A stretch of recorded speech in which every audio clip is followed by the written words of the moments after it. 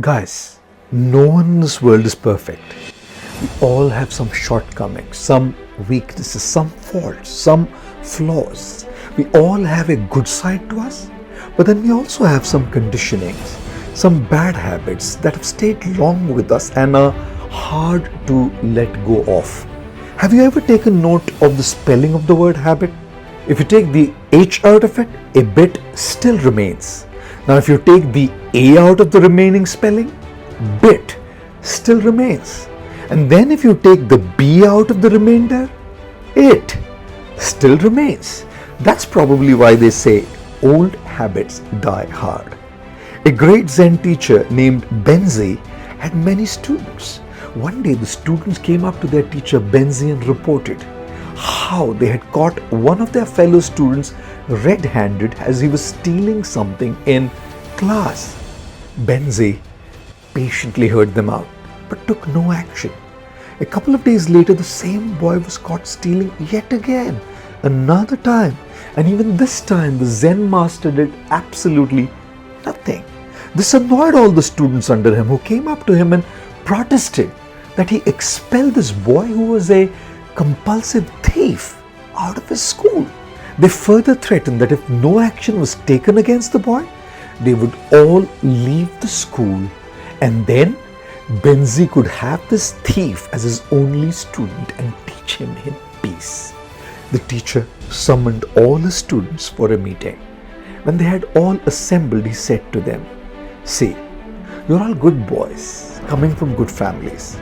You're all mature and you know what is right and what is wrong. If you leave my school, you'll have absolutely no trouble in joining some other school.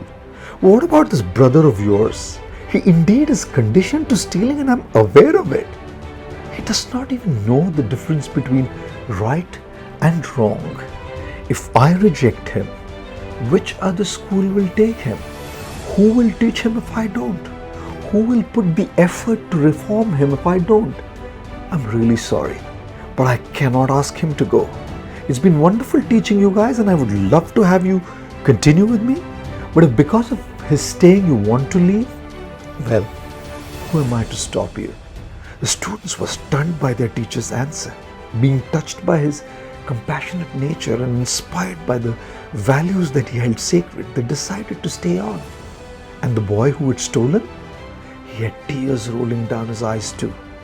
The broad-mindedness and compassion of the Zen master Benzi transformed his heart.